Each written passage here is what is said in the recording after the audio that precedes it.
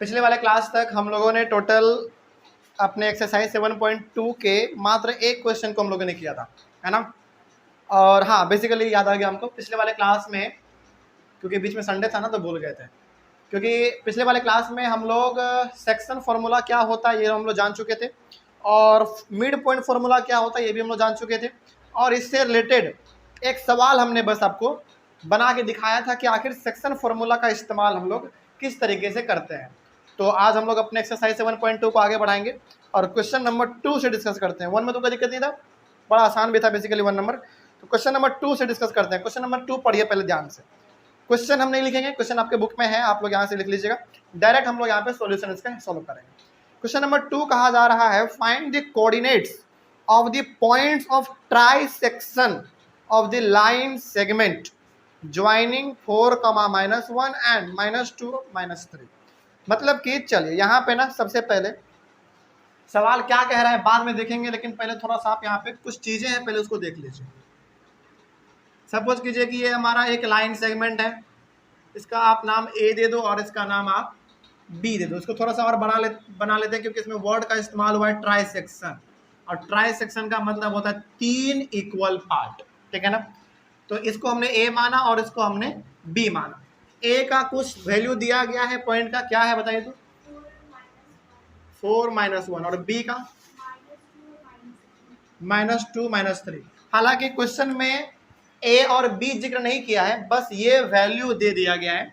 तो हमने अपने तरफ से इस सवाल को बेहतर तरीके से बना सके, समझ सके, इसके लिए हमने क्या किया, इस सवाल को बेसिकली एक लाइन में हमने ड्रॉ किया। एक पॉइंट को हमने ए माना और एक को हमने बी माना। और इसमें कहा गया है ना, एक वर्ड है try section.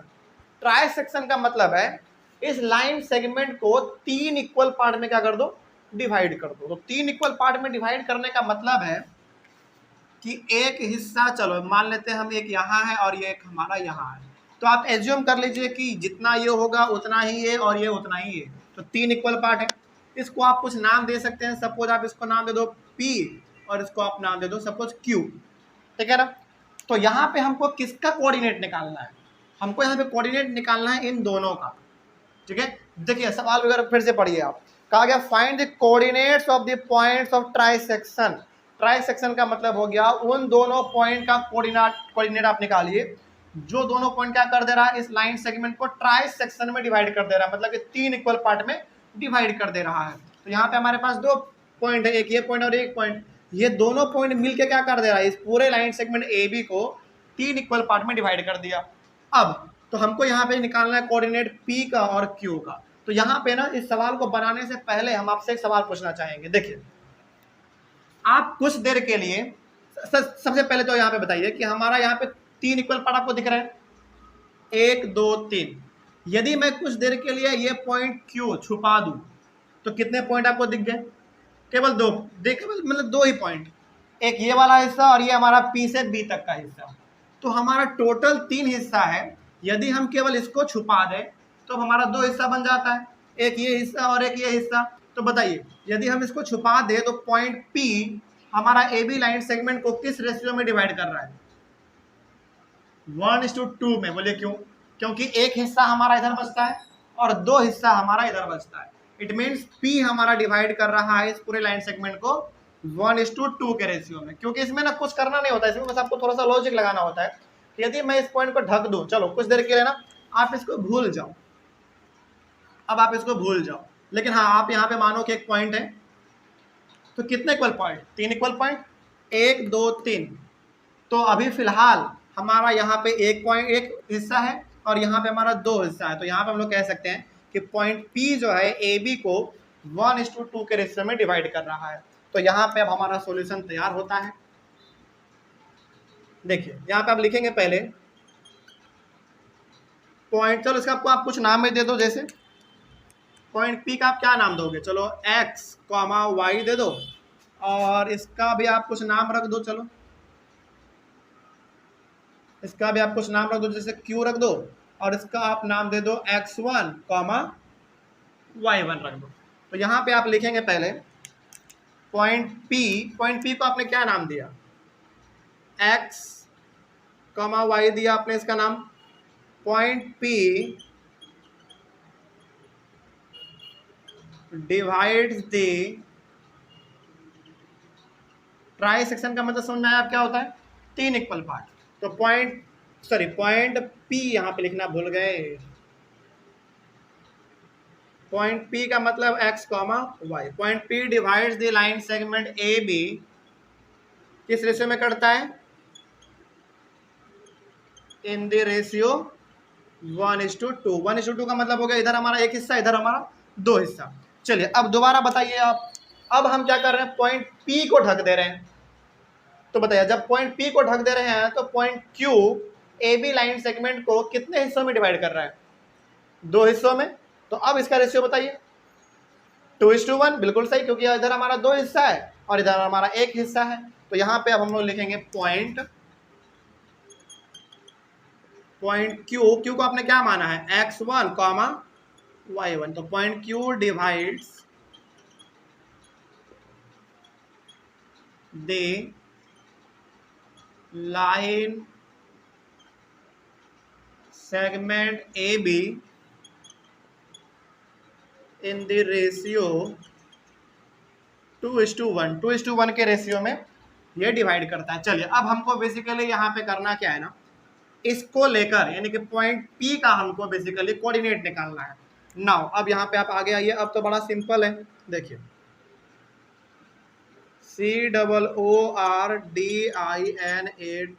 COORDINATES coordinates of point P. Coordinates of point P को यदि हम निकालने जाएंगे तो क्या होता है? चलिए अब जरा आप फॉर्मूला बता दीजिए हमको, सेक्शन फॉर्मूला।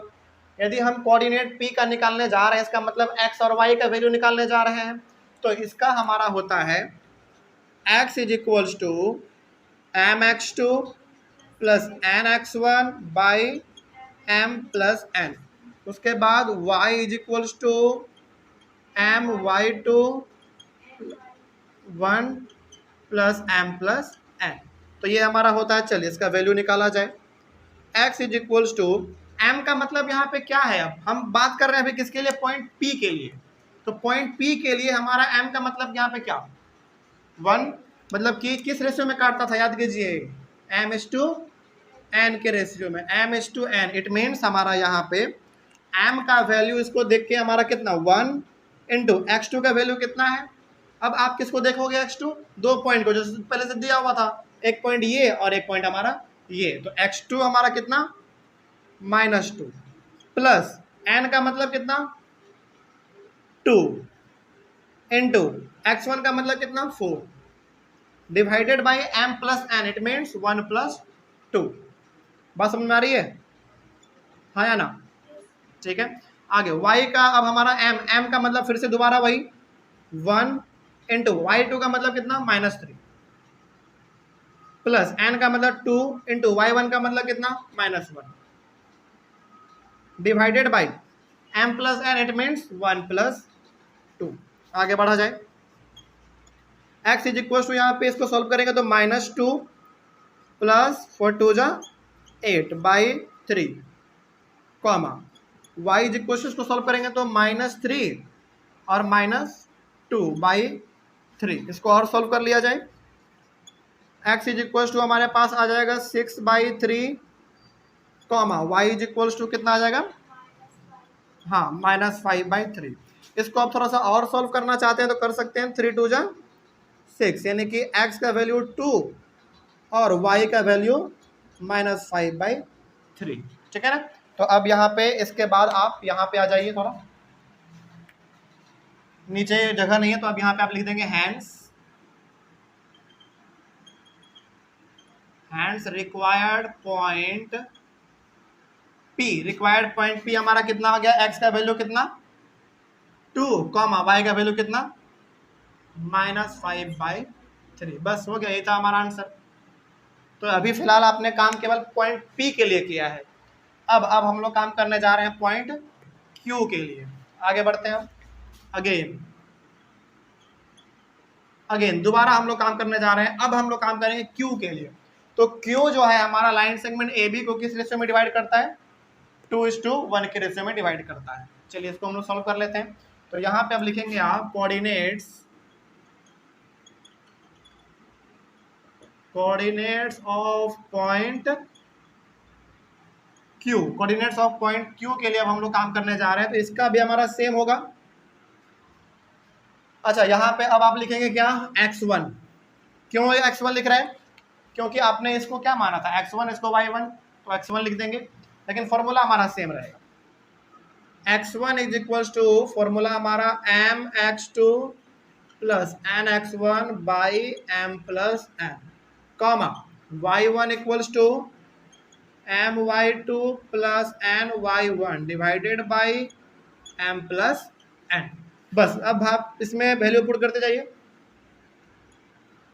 वैल्यू आप इसमें पुट करते जाइए। m का वैल्यू मतलब कितना, 2, क्योंकि 2:1 के रेशो में काटता है, तो 2 इंटू x2, x2 का मतलब कितना, -2, प्लस n का मतलब कितना, 1, इंटू x1 का मतलब कितना, 4, divided by m plus n, it means 2 + 1, comma y1। अब यहाँ पे m का वैल्यू फिर से 2 इंटू y2 का मतलब कितना, -3, प्लस n का मतलब 1 इंटू y1 का मतलब हमारा -1, divided by m plus n, it means 2 + 1। आगे बढ़ जाते हैं, x1 इज इक्वल टू, इसको सॉल्व कीजिए, -4 + 4 divided by 3, y1 is equal to -4 और +4 बिल्कुल सही है, -6 प्लस -1 डिवाइडेड बाई 2 1 3। इसको आप आगे और सॉल्व करेंगे तो हमारा 0/3 आ जाएगा, comma y is equal to -7/3 आएगा। इसको आप और सॉल्व कीजिए, 0/3 का मतलब क्या है, 0, तो x1 equals to 0, comma y is equals to -7/3। तो ये हमारा हो गया पॉइंट, हैंस लास्ट लिख देंगे आप, hence required point Q, Q का हमारा क्या निकला, 0, x का और y का वैल्यू -7/3, यही हो गया आपका आंसर। ओके, तो कोई दिक्कत। अब कई बार क्या सवाल में आएगा ना, ट्राई सेक्शन का मतलब 3 इक्वल पार्ट, अब कई बार क्या सवाल में आएगा 4 इक्वल पार्ट्स। 4 इक्वल पार्ट्स का मतलब फिर से वही करना है आपको, ढक ढक के पता करना है कि किस रेशियो में कौन सा पॉइंट किसको काट रहा है, ठीक है ना, कितने रेशियो में काट रहा है, उसको भी हम लोग आगे सॉल्व करेंगे। वो वाला भी सवाल मेरा दिया हुआ है सवाल नंबर 9 में, सवाल नंबर 9 में आएंगे ना, तो वहां पे भी हम लोगों को इसी प्रकार से बनाना पड़ेगा, ठीक है, इसमें कोई दिक्कत नहीं है। अब मिटा दे इसको।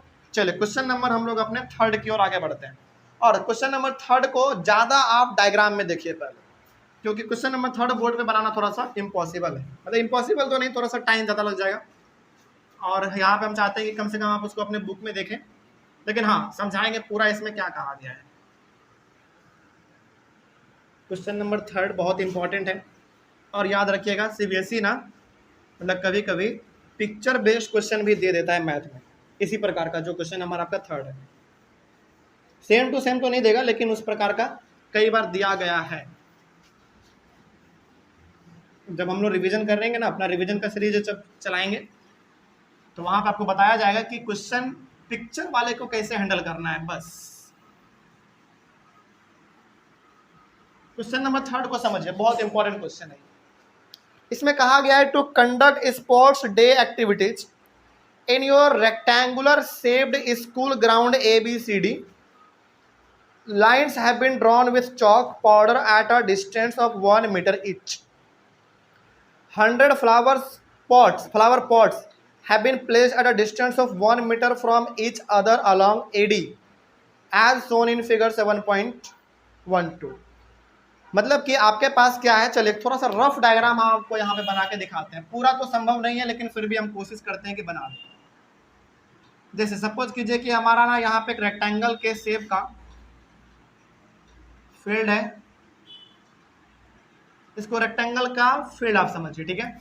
ABCD का है तो ABCD, A यहाँ पे है, B C और यहाँ पे D। चलिए हम कोशिश करते हैं थोड़ा सा बना दिया जाए इसको। ओह सॉरी,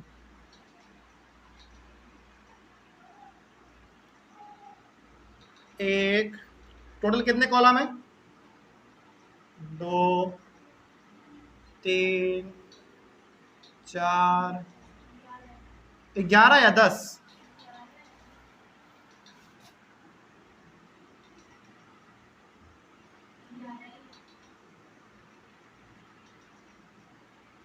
कितना हुआ? 1 2 3 4 5 6 7 8 9 10। एक और यहाँ पे हम लोग बना लेते हैं, 10 1 11। तो बी और ये ए बी सी डी हमारा बन गया। हाँ, उसके बाद फिर हम लोग यहाँ पे कुछ नंबरिंग कर लेते हैं। जैसे ये हमारा 1 है, 2 3 4 5 6 7 8 9 10। हाँ, अब थोड़ा सा ठीक लग रहा है देखने में। उसके बाद यहाँ पे भी हमारा उसी प्रकार से 1 2 3 4 5 6 7 8 9 10 11 12 13, आगे 14 15 16 17 सभी है। लेकिन अब यहाँ पे टोटल हमारा कितना आ गया? 100। ठीक है ना, मतलब कि आपका रेक्टेंगल के शेप का गार्डन है, स्कूल का फील्ड है आपका, जिसमें टोटल इस प्रकार के यहाँ तक 10 दिए गए हैं। और यदि आप इसमें ध्यान से पढ़ेंगे ना, तो इसमें कितने फ्लावर पॉट कहे गए हैं?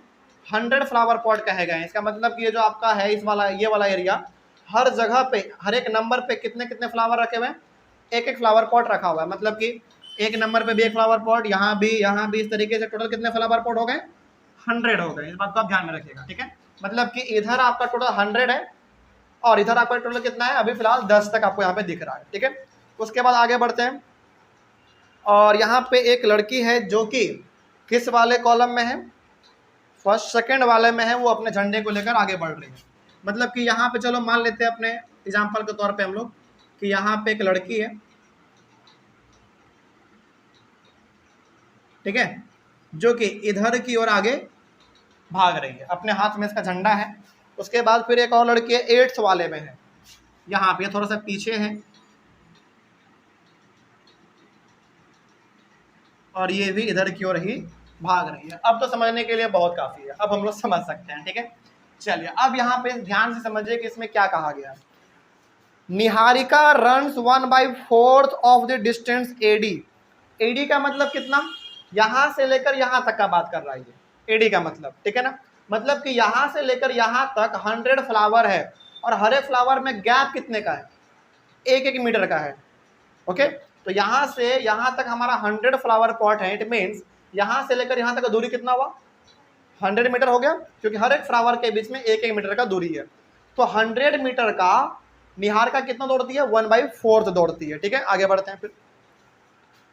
ऑन द सेकेंड लाइन, वो सेकेंड लाइन में दौड़ रही है 1/4 and post a green flag, वो उसके हाथ में ग्रीन फ्लैग है। Preet runs 1/5 of the distance AD on the 8th line and post a red flag. अब प्रीत के पास एक लाल कलर का झंडा है और वो दौड़ रही है 8वें वाले कॉलम में, 8वें वाले लाइन में वो दौड़ रही है, और वो कितना दौड़ती है? 1/5 दौड़ती है। ठीक है ना, आगे बढ़ते हैं फिर। चलिए इतना पहले हम लोग कर लेते हैं, समझिए पहले ध्यान से इसमें क्या कहा गया है। इसका सॉल्यूशन बहुत इंटरेस्टिंग है। इसमें आपको 2 चीज निकालना है। सबसे पहले आप हमको यहाँ पे बताइए कि यदि निहारिका का हम बात करें तो निहारिका इधर से उधर की ओर जा रही है, तो वो कितना दौड़ चुकी है? 1/4 से दौड़ चुकी है। तो किसका 1/4? 100 का। मतलब कि यहाँ से लेकर 100 है, तो इस 100 का 1/4 से दौड़ चुकी है। यहाँ से यहाँ वो आई है, तो मतलब 1/4 से दौड़ चुकी है। तो यदि हम लोग यहाँ पे बात करें निहारिका का, NIHARIKA, Niharika runs 1/4 of A. D A मतलब 100 पूरा। तो यदि वो 1/4 से दौड़ती है एडी का, इट मीन्स 1/4 इंटू 100 है ना। इसको आप डिवाइड करेंगे तो कितना आएगा आपके पास?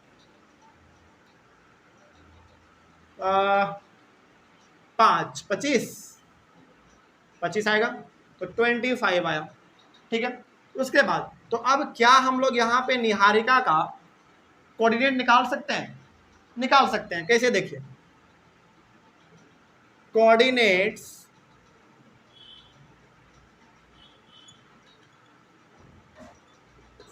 so coordinates of Niharika Niharika का कोऑर्डिनेट क्या होगा, जरा देखिए तो। निहारिका का कोऑर्डिनेट का मतलब हो गया, कोऑर्डिनेट का मतलब क्या, पहले x उसके बाद y। तो निहारिका कौन से कॉलम में दौड़ रही है, पहला दूसरा, तो इसका x हमारा कितना जाना पड़ेगा, 2 जाना पड़ेगा x पे, और y पे वो कितना जा चुकी है बताइए, 25 जा चुकी है। तो यहाँ पे हमारा 25 हो गया। तो इस तरीके से हमको निहारिका का कोऑर्डिनेट निकल गया। मतलब कि निहारिका अभी फिलहाल उसका एग्जैक्ट लोकेशन कहाँ पे है, x पे 2 स्टेप जाइए और y पे आपको कितना स्टेप जाना है, 25 स्टेप जाना है। तो आपको पता चल जाएगा कि निहारिका अभी कहाँ पहुंच चुकी है। ठीक है, अब हम लोग बात कर लेते हैं प्रीत के लिए। प्रीत रन्स 1/5 ऑफ AD, 1/5 दौड़ती है ना, देख लीजिए एक बार, 1/5 of AD, it means 1/5 into 100। इसको आप सॉल्व करेंगे तो 5 दूने 10 यानी कि 20 इक्वल्स टू 20। उसके बाद यहाँ पे प्रीत का कोऑर्डिनेट कितना होगा बताइए, प्रीत का कोऑर्डिनेट कितना होगा, कोऑर्डिनेट्स ऑफ प्रीत कितना होगा,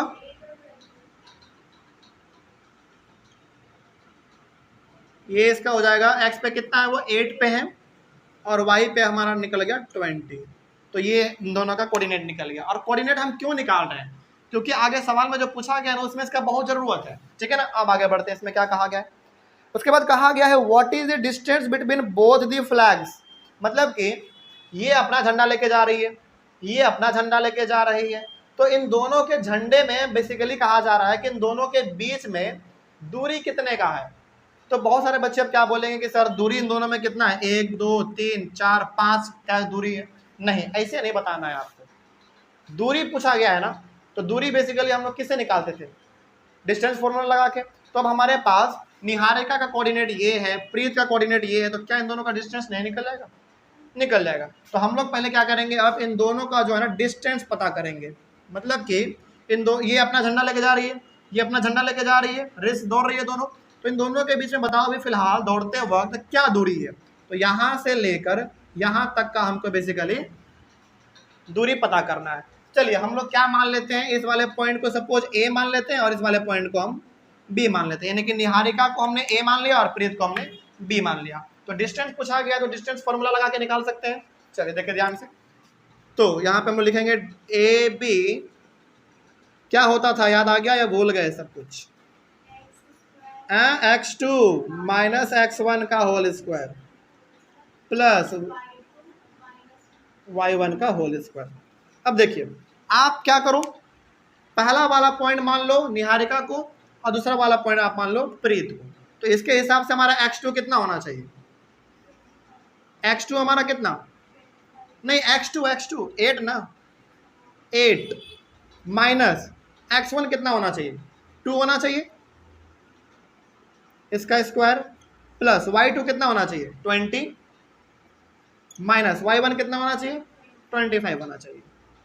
इसका भी स्क्वायर करेंगे आप, आगे बढ़िए, इसको माइनस करेंगे 6 आएगा, 6 का स्क्वायर 36 प्लस उसके बाद फिर इसको आप माइनस करेंगे तो -5 आएगा, -5 का स्क्वायर 25, इसका हमारा हो जाएगा 6 5 11 के एक हाथ में 1 3 2 5 1 6 रूट अंडर 61। अच्छा बताइए अब क्या यहाँ पे रूट अंडर 61 हम यूनिट लिखेंगे क्या, नहीं यहाँ पे यूनिट नहीं लिखेंगे। क्यों नहीं लिखेंगे, क्योंकि हमारा यहाँ पे कहा गया था इन सबके बीच में कितने का गैप है, 1 मीटर का गैप है।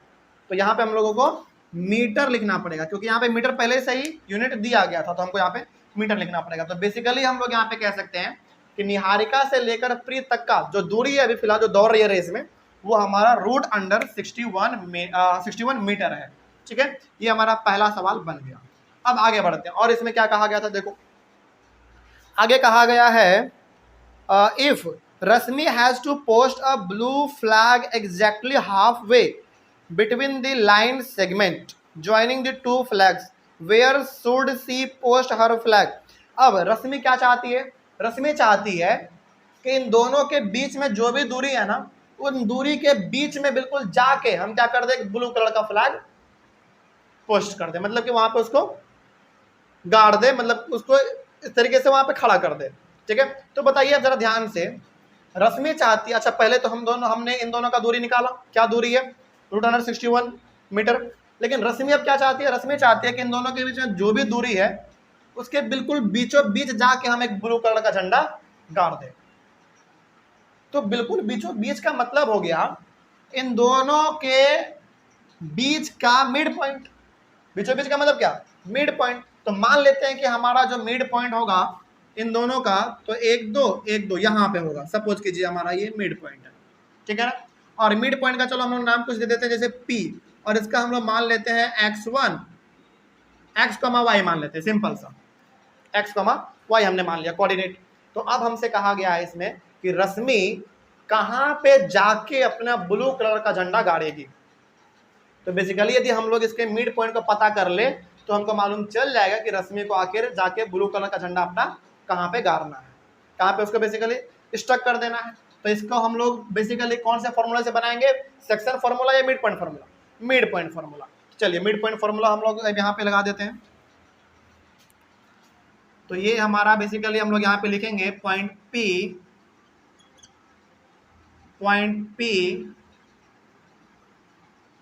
x, y, point P is the midpoint of AB, यानी कि AB का हमारा P क्या है, वो मिड पॉइंट है। तो अब यदि इसका मिड पॉइंट है तो हम लोग यहाँ पे निकालेंगे सो कोऑर्डिनेट्स ऑफ पॉइंट P। तो कोऑर्डिनेट्स ऑफ पॉइंट P क्या होगा, मिड पॉइंट है तो मिड पॉइंट फॉर्मूला लगाएंगे। x इज इक्वल्स टू क्या होता है बताइए, x1 प्लस x2 बाई 2 होता है, कॉमा y के लिए क्या होता है, बिल्कुल सही y1 प्लस y2 बाई 2। अब x का हमारा x1 कितना है, x1 मतलब हमने ये माना था, निहारिका का हमने माना था पहला पॉइंट, तो x1 कितना हो जाएगा हमारा 2 हो जाएगा, प्लस x2 हमने फ्रीद का माना था कौन सा, ये 8 वाला, तो ये हमारा 8 हो जाएगा divided by 2, comma y is equals to y1 कितना 25 और 20, तो 25 प्लस 20 बाई 2। अब इसके बाद थोड़ा सा आप लोग चलो एक स्टेप यहाँ पे हम लोग और कर सकते हैं, x is equals to 10 by 2, comma y is equals to हमारा कितना हो जाएगा 45 बाई 2। इसके बाद आप लोग यहाँ पे आ जाइए, x इज इक्वल टू इसको आप काटेंगे तो आगे जाएगा हमारे पास 5 और y इज इक्वल टू 45 को 2 से डिवाइड कर दीजिए कितना 22.5, हाँ 22.5, तो यहाँ पे हम लोग लिख देंगे अब हैंड्स रिक्वायर्ड पॉइंट P का क्या निकल गया हमारा 5,22.5। इट मीन्स इसका मतलब क्या हुआ बताइए, इसका मतलब हुआ कि यदि रश्मि को इन दोनों के बीच में जाके झंडा गाड़ना है तो उसको सबसे पहले 5 स्टेप चलना पड़ेगा x पे, 1 2 3 4 5 स्टेप यहाँ पे चलना पड़ेगा, और y पे उसको कितना मीटर जाना पड़ेगा 22.5 मीटर ऊपर जाना पड़ेगा, तब जाके ये इन दोनों के बीच में झंडा को गाड़ पाएगी। अब तो कोई दिक्कत नहीं इसमें, तो आप नीचे में लिख भी सकते हो जो आपका मन करे कि Rashmi has to post her flag between 5,22.5, इस तरीके से आप लिख सकते हैं। हालांकि उतना भी काफ़ी है, इसमें कोई दिक्कत नहीं है। अब बात समझ में आ गई, सवाल क्या कहने का मकसद है सवाल का। इस प्रकार का सवाल आपके बोर्ड में भी आता है, तो इसको आप ध्यान से समझिएगा। आगे बढ़े हम लोग, चलिए क्वेश्चन नंबर 3 के बाद क्वेश्चन नंबर 4 देखिए। अब question number 4, find the ratio in which the line segment joining the points -3 10 है एंड 6 -8 इज डिवाइडेड बाई -1 6। हाँ, ये सवाल बड़ा मशहूर है, इस प्रकार का ना सवाल बहुत बार पूछा गया है। सॉल्यूशन 4 देखिए, मतलब कि इसमें ना आपसे कोऑर्डिनेट सेक्शन फॉर्मूला लगा के आपसे x और y नहीं पूछेगा, बेसिकली इसमें पूछेगा कि बताओ किस रेशियो में डिवाइड किया है। यहाँ पे आपको रेशियो ही पूछ दे रहा है, तो सवाल थोड़ा सा हमारा बदल गया, लेकिन तरीका सेम रहेगा बनाने का। चलिए सवाल तो पहले हम लोग यहाँ पे अपने हिसाब से डिजाइन कर लेते हैं। सपोज कीजिए कि मेरे पास ये एक लाइन सेगमेंट है, इसका हम अपने से नाम ए दे देते हैं और इसका नाम हम अपने से बी दे देते हैं। चलिए बताइए क्या क्या दिया गया है। ए के लिए हमारे पास है -3 और 10, बताइएगा थोड़ा। -3 और 10 है, और ये हमारा 6 और -8। अब इसमें कहा जा रहा है कि देखो आपके पास एक लाइन सेगमेंट है ए बी, हालांकि जिक्र यहाँ पे लाइन सेगमेंट का नहीं हुआ, हम अपने मन से यहाँ पे डिजाइन कर लिया है। तो एक लाइन सेगमेंट है ए बी, इसका पॉइंट ए है और ये हमारा पॉइंट बी है। इन दोनों को एक लाइन से हमने ज्वाइन कर दिया। इस लाइन को जो हमने ज्वाइन किया है ना, इसको कोई तीसरा वाला पॉइंट डिवाइड कर रहा है, और वो तीसरा पॉइंट हमारा कौन है? -1 और 6 है, -1 और 6 है। तो मान लेते हैं कि हमारा कोई तीसरा पॉइंट यहाँ पे है, इसका नाम हमने P दे दिया। -1 और 6 इसका कोऑर्डिनेट है। तो यहाँ पे अब आपको ये बताना है, अच्छा किसमें कहा गया था, इसमें find the ratio in with the line segment joining इतना इतना डिवाइडेड बाय इतना। चलिए ठीक है, बिल्कुल सही है। अब देखिए यहाँ पे हमारा यहाँ पे सवाल का मकसद ये है कि ए और बी हमारा लाइन सेगमेंट है, इसका कोऑर्डिनेट ये और इसका कोऑर्डिनेट ये। इस लाइन सेगमेंट को हमारा कोई तीसरा पॉइंट है पी, जो कि कुछ रेशियो में काट रहा है, डिवाइड कर रहा है। तो आपको बताना है कि एक्चुअली में वो किस रेशियो में डिवाइड कर रहा है। तो इसका सॉल्यूशन बड़ा शानदार बनेगा। देखिए, तो सबसे पहले आपको क्या करना है, यहाँ पे लेट कर लेना है, मान लेना है कि let the point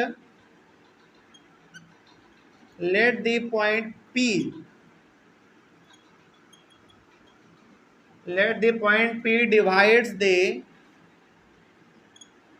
line segment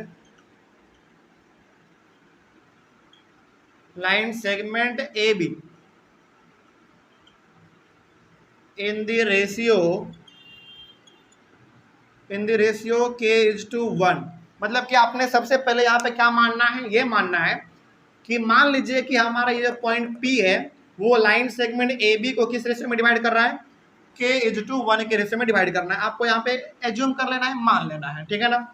अब जब चूंकि आपने इसको K:1 के रेशियो में मान लिया, तो ये हमारा क्या होता था, M:n के रेशियो में हम लोग करते थे। इट मीन्स यहाँ पे हमारा वैल्यू है K और यहाँ पे हमारा वैल्यू है 1। तो इसका मतलब हम यहाँ पे ये भी कह सकते हैं कि जो हम लोग फॉर्मूला में इस्तेमाल करते हैं M, तो M का वैल्यू यहाँ पे क्या है, हमारा K है, और N का वैल्यू क्या है, 1 है, ठीक है ना। मतलब कि फॉर्मूला में हम लोग क्या इस्तेमाल करते हैं, mx2 + nx1 divided by m + n करते हैं ना। तो यहाँ पे m का मतलब K और n का मतलब 1 हमने पहले ही कर लिया, एज्यूम कर लिया कि हाँ भाई K:1 के रेशियो में वो डिवाइड कर रहा है, ठीक है ना। अब आगे बढ़ते हैं। अब चूंकि आपको मालूम है कि इसी वाले पॉइंट के कोऑर्डिनेट को निकालने के लिए हम लोग सेक्शन फॉर्मूला का इस्तेमाल करते हैं, है ना। चलिए, तो अब यहाँ पे हम लोग इस तरीके से लिख सकते हैं, हाँ ऐसे लिखेंगे हम लोग, कोऑर्डिनेट्स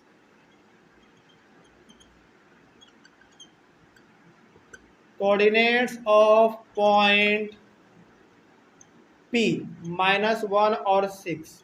इसको पता करने के लिए हम लोग क्या करते थे, x का वैल्यू लिखते थे, x = mx2, और यही बात आप बहुत ध्यान से समझिएगा, mx2 nx1 divided by m + n। उसके बाद y = my2 + ny1 by m + n। ये तो हम लोग करते थे। बेसिकली ये जो हम लोग सेक्शन फॉर्मूला लगाते थे वो किस वाले पॉइंट के कोऑर्डिनेट को निकालने के लिए करते थे, इस वाले पॉइंट के कोऑर्डिनेट को निकालने के लिए, इसी को ना। तो अब यहाँ पे आप बताइए कि क्या पहले से ही इस पॉइंट का कोऑर्डिनेट दिया गया है? दे दिया गया है। इट मीन्स यहाँ पे हमारा x का वैल्यू क्या हो जाएगा, -1 पहले से ही हो जाएगा। समझिएगा ध्यान से, यहाँ पे सवाल ना बड़ा उटपटांग है, घुमाएगा आपको। इसमें कहा यह जा रहा था कि बेसिकली देखो, अच्छा बताइए सबसे पहले हमको एक बात, सेक्शन फॉर्मूला हम लोग क्यों इस्तेमाल करते थे? ताकि हमारा जो एक लाइन सेगमेंट है, उस लाइन सेगमेंट को जो पॉइंट डिवाइड कर रहा है वो हमारा पॉइंट किस रेशियो में डिवाइड कर रहा है, यही हम लोग पता करने के लिए करते थे। बेसिकली इसी को पता करने के लिए करते थे हम लोग, इसके कोऑर्डिनेट को पता करने के लिए। तो जब हम इस कोऑर्डिनेट को पता करने के लिए सेक्शन फॉर्मूला लगाते थे, लेकिन इसका वैल्यू तो पहले से यहाँ पे दिया हुआ है, x का मतलब 1 और y का मतलब -6। तो यहाँ पे हम लोग x की जगह पे -1 लिख देंगे, और जो फॉर्मूला है उसके ऊपर वैल्यू तो पुट करना ही है। तो अब बताइए यहाँ पे m का मतलब कितना लिखेंगे हम लोग, कितने में रेशियो में काटता है वो, k/1 के रेशियो में, मतलब कि m का मतलब क्या लिखेंगे आप, k लिखेंगे, k इंटू x2 का मतलब 6 प्लस n का मतलब 1 इंटू x1 का मतलब -3। बात समझ में आ रही है, कोई दिक्कत है इसमें? चल आगे बढ़ते हैं फिर। उसके बाद m प्लस n का मतलब,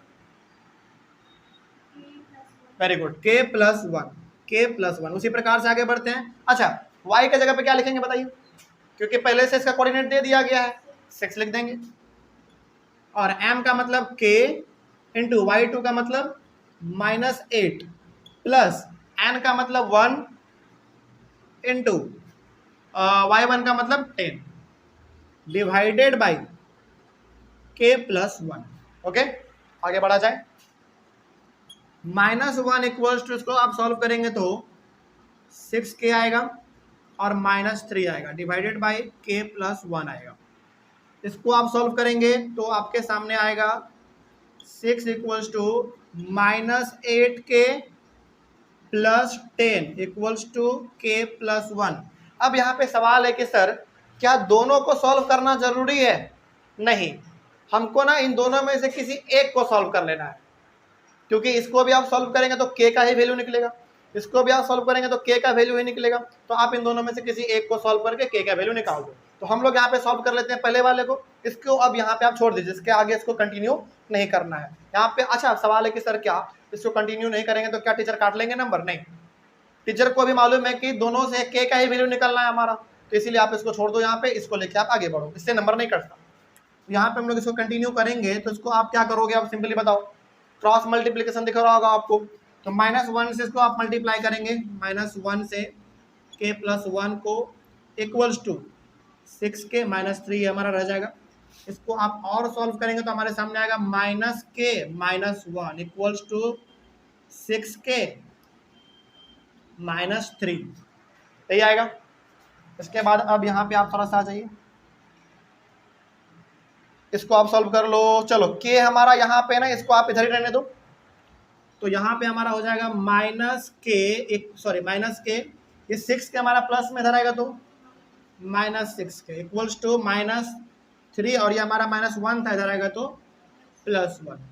आगे बढ़ते हैं, ये हमारा -7k और ये हमारा -2, और आप सॉल्व करेंगे तो k का वैल्यू कितना आएगा, -2/-7। तो यहाँ से हमारा माइनस से माइनस कैंसिल हो गया। यहाँ पे अब आइए आप, तो आपके सामने k का वैल्यू आया 2/7, है ना। आपने रेशियो क्या माना था, आप जरा देखो तो, k/1 माना था। तो अब यहाँ पे आप लिखेंगे k को आपने कितना निकाला, 2/7 निकाला, और आपने k/1 माना था। चलो आप इसको ना इसे लिख दो, एक स्टेप यहाँ पे छोड़ना नहीं है, नहीं तो फिर आपको कंफ्यूजन हो जाएगा। तो आपने बेसिकली माना था k/1, तो आपने k का वैल्यू कितना निकाला, 2/7 निकाला, h/1। तो क्या रेशियो ये होगा हमारा? नहीं। यहाँ पे अब क्या करो, आप क्रॉस मल्टीप्लिकेशन करो, तो 2 से नीचे कुछ नहीं तो 1 है, 2, और 1 को 7 से करेंगे तो फाइनल क्या आएगा आपके सामने, यहाँ पे आप कर लो आप। इसके बाद फाइनल आपके सामने आएगा 2:7, ठीक है ना। मतलब कि बेसिकली हमने क्या किया, 2 को यहाँ पे कुछ नहीं है तो आप मान लो नीचे 1 है, क्या कोई दिक्कत है क्या? कोई दिक्कत नहीं है। तो 2 को 1 से 2 रह गया, और 1 को 7 से 2:7। इसीलिए यहाँ पे हमेशा हर बार रेशियो को किस रूप में माना जाता है, k/1 के रेशियो में हम लोग एज्यूम कर लेते हैं कि हाँ भाई वो k/1 के रेशियो में काट रहा है, और बाद में केवल हमको k का वैल्यू निकालना पड़ता है। k का वैल्यू हमने निकाल दिया 2/7, और हमने माना था k/1, तो k के नीचे हमने 2/7 लिखा, और h2 के सामने h2 का साइन, और 1 के नीचे हमने ये 1 नीचे आप मिटा दो। तो अब इसको आप क्रॉस मल्टीप्लिकेशन करेंगे तो 2:7 आएगा। बस ये हो गया आपका आंसर। इट मीन्स ये जो पॉइंट हमारा P है, इस पूरे लाइन सेगमेंट AB को 2:7 के रेशियो में डिवाइड कर रहा है। कोई दिक्कत है इसमें? चलिए इसको आप स्क्रीनशॉट लीजिए। क्वेश्चन नंबर हमारा 4 हो गया। क्वेश्चन नंबर 5 देखा जाए। क्वेश्चन नंबर 5 क्या देखिए, find the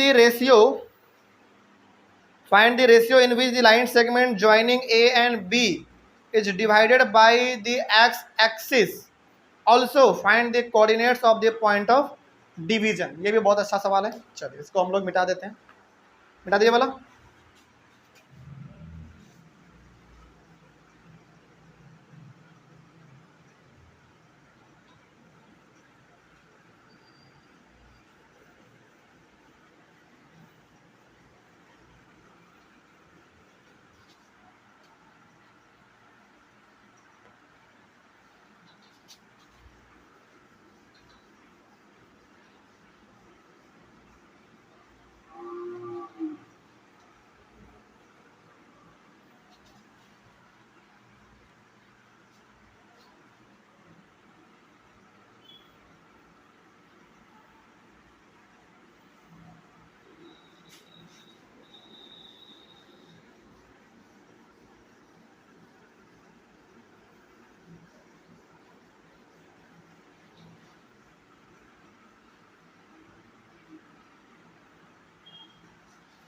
question number 5,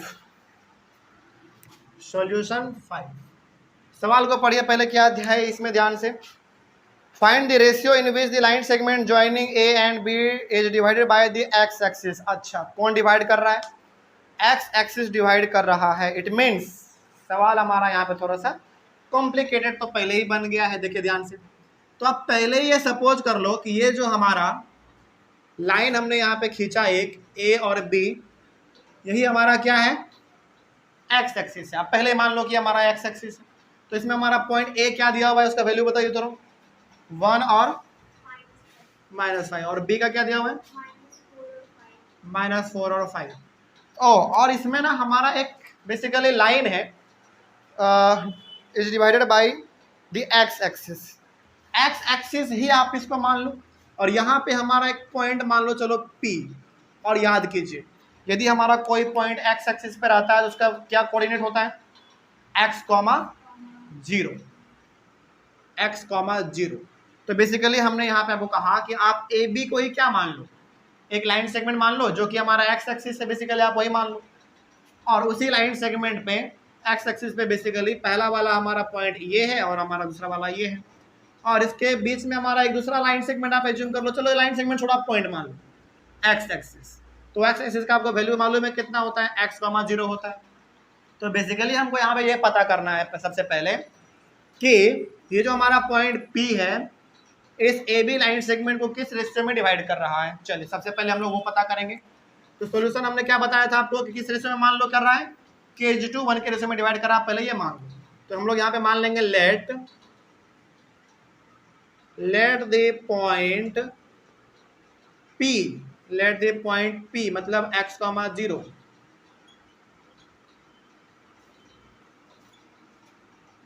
let the point P यानी कि x, 0 divides the line segment, divides the line segment AB in the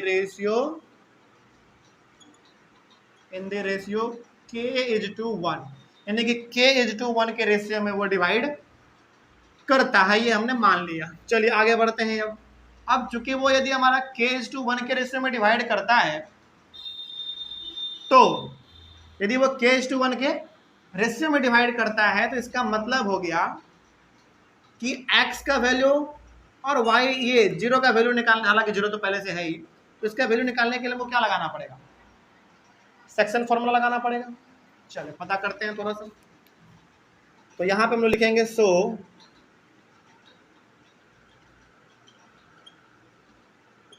coordinates of point P, point P का कोऑर्डिनेट निकालने हम जाएंगे तो यहाँ पे हमारा क्या आएगा, चलिए देखा जाए। तो हमारा होता है x इज इक्वल्स टू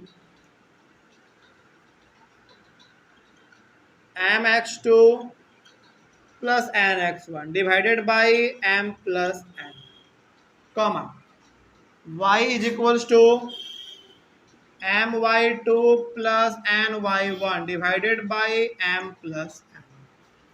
अब यहाँ पे देखा जाए थोड़ा सा गौर से, x हमारा निकालना था, x यहाँ हमारा पहले से ही है, तो m का मतलब यहाँ पे कितना है? ये हमारा k/1 का मतलब क्या है? m/n। तो m का मतलब यहाँ पे हमारा है k इंटू x2 का मतलब -4, प्लस n का मतलब 1 इंटू x1 का मतलब 1 डिवाइडेड बाई k प्लस 1। अच्छा अब यहाँ पे एक बात बताइए आप, y का वैल्यू क्या दिया हुआ है पहले से, इसमें दिया हुआ है 0, तो 0 लिख देंगे इक्वल्स टू m का मतलब k इंटू y2 का मतलब 5 प्लस n का मतलब 1 इंटू y1 का मतलब -5 डिवाइडेड बाई k प्लस 1। आगे बढ़ते हैं फिर। अब यहाँ पे थोड़ा सा आप सॉल्व कर लीजिए और x इज इक्वल्स टू ये हमारा हो जाएगा -4k plus 1 divided by k plus 1 comma y is equals to, sorry y तो अब देना ही नहीं है, 0 है हमारे पास, 0 equals to 5k -5 divided by k plus 1। अब यहाँ पे आपको थोड़ा सा सावधान हो जाना है, समझिए ध्यान से, सावधान क्या हो जाना है। अब यहाँ पे ना आप इसको यदि सॉल्व करने जाएंगे क्रॉस मल्टीप्लिकेशन से, यहाँ पे आप फंस जाएंगे। बोलो क्यों? क्योंकि यहाँ पे हमको दो वेरिएबल दिख रहा है, एक x और एक हमारा k। तो एक वेरिएबल को आपको निकालना है, जबकि यहाँ पे हमको दो चीज दिख रहा है, तो इसको सॉल्व करना एक अच्छा ऑप्शन नहीं माना जाएगा। तो आप क्या करो, इसको सॉल्व कर लो, क्योंकि इसमें केवल हमारा k दिख रहा है कि नहीं, तो केवल आप इसको अब सॉल्व करेंगे, इसको आप छोड़ दो, इसको नेगलेक्ट कर दो। सवाल है कि सर क्या नंबर कटेगा? बिल्कुल नहीं कटेगा, आप इसको छोड़ दो। हमारा मकसद क्या है? k निकल जाए, तो k कहीं से निकल जाए, यहाँ से निकले या यहाँ से निकले, लेकिन इसको आप सॉल्व करोगे तो नहीं कर पाओगे, क्योंकि इसमें दो वेरिएबल है। इसको हम लोग सॉल्व कर लेते हैं। क्या है बताइए? 0 equals to 5k minus 5 by k plus 1। अब जरा आप ध्यान से देखेंगे, इसको आप इससे मल्टीप्लाई करेंगे क्रॉस मल्टीप्लिकेशन, तो हमारा पूरा 0 बन जाएगा, क्योंकि 0 से मल्टीप्लाई करेंगे तो 0। 0 इक्वल्स टू 5k माइनस 5। अब आप क्या करो, इस -5 को उधर लेके आ जाओ, 5 इक्वल्स टू 5k। अब 5 by 5 equals to k, it means 1 equals to k। ये हमारा k का वैल्यू कितना आया? 1 आ गया। अब यहाँ पे थोड़ा सा आप आ जाइए, k का वैल्यू 1 आया, तो आपने माना क्या था? k इज टू 1 माना था ना, k इज टू 1, तो k का वैल्यू आपने कितना निकाला? 1 निकाला, इज टू 1, इट मीन्स यही हो गया आपका आंसर। इसका मतलब हो गया कि जो हमारा पॉइंट P है वो इस लाइन सेगमेंट AB को किस रेशियो में डिवाइड कर रहा है? 1:1 के रेशियो में डिवाइड कर रहा है। अच्छा एक बात बताइए, अब मेरे माइंड में ना एक बात क्लिक कर रहा है। क्या क्लिक कर रहा है? कि यदि ये पॉइंट P हमारा AB लाइन सेगमेंट को 1:1 के रेशियो में डिवाइड कर रहा है, इट मीन्स पॉइंट P हमारा कौन सा पॉइंट हुआ? थोड़ा सोचिए, 1:1 मतलब कि पॉइंट P हमारा 1:1 के रेशियो में इस लाइन सेगमेंट AB को डिवाइड कर रहा है। इसका मतलब जितना इधर हिस्सा उतना इधर हिस्सा हमारा, इट मीन्स हमारा पॉइंट P कौन सा हिस्सा हुआ? सॉरी कौन सा पॉइंट हुआ? मिड पॉइंट, क्योंकि 1:1 के रेशियो में डिवाइड करने का मतलब है जितना इधर होना उतना इधर होना। इट मीन्स पॉइंट P हमारा क्या था? एक मिड पॉइंट निकल गया।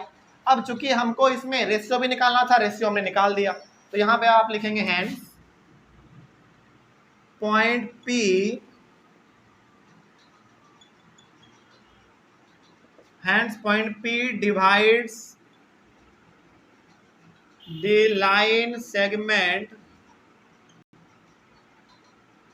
hence point P divides the line segment AB in the ratio 1:1 के रेशियो में काट रहा है। तो so point P is a mid point. क्या निकल गया? ये हमारा एक मिड पॉइंट निकला, क्योंकि 1:1 के रेशियो में काटने का मतलब है बराबर हिस्से में डिवाइड करना। तो पॉइंट P हमारा क्या निकल गया? एक मिड पॉइंट निकल गया। अब आगे कहा गया था कि इस पॉइंट का आपको कोऑर्डिनेट भी निकालना है। तो अब जरा एक बात बताइए हमको दोबारा, यदि पॉइंट P हमारा एक मिड पॉइंट निकला, तो इसमें तो हमको मात्र अब एक ही वैल्यू निकालना है ना, x का, क्योंकि इसका तो हमको 0 पहले से मालूम है। तो केवल हमको क्या निकालना है? x का निकालना है। तो x का निकालने के लिए, और ये हमारा पहली बात क्या है? मिड पॉइंट है।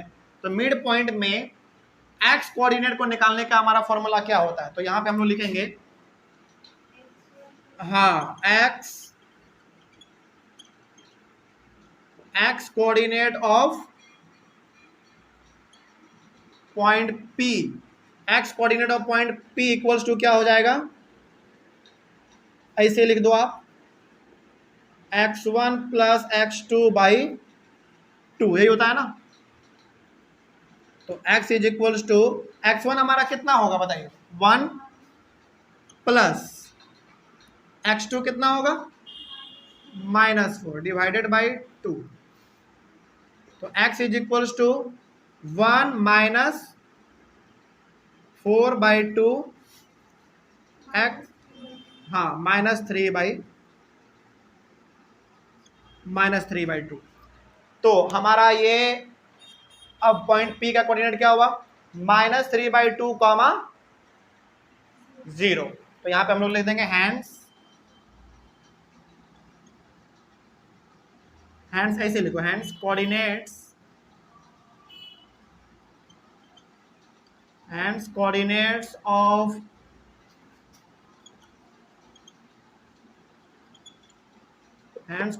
Of mid point P।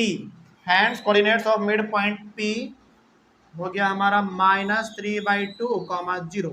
अच्छा, 0 का हमने काम क्यों नहीं किया, क्योंकि 0 तो पहले से हमारा नंबर दिया हुआ है, तो बात खत्म। तो इस तरीके से हमारा रेशियो भी निकल गया और ये इस पॉइंट का हमारा कोऑर्डिनेट भी निकल गया। तो इस प्रकार के सवाल को कैसे हैंडल करना है मालूम चल गया। चलिए, तो यहाँ पे हमारा क्वेश्चन नंबर 5 भी खत्म होता है। क्वेश्चन नंबर 6 क्या है, अच्छा क्वेश्चन नंबर 6 को छोड़िए, कल हम डिस्कस करेंगे, टाइम नहीं आज। यहाँ तक मेरे को दिक्कत नहीं ना। चलिए, तो जो कुछ हमारा बच रहा है, और मेरे हिसाब से कल ये चैप्टर हमारा खत्म हो जाएगा, ठीक है ना। चलो, तो मिलते हैं हम लोग अपने अगले वाले क्लास में। कहीं पे कोई डाउट रहा होगा आप लोगों को बच्चे, तो आप लोग एक बार कमेंट कर दीजिएगा। मिलते हैं अगले वाले क्लास में। Thank you very much and have a nice day.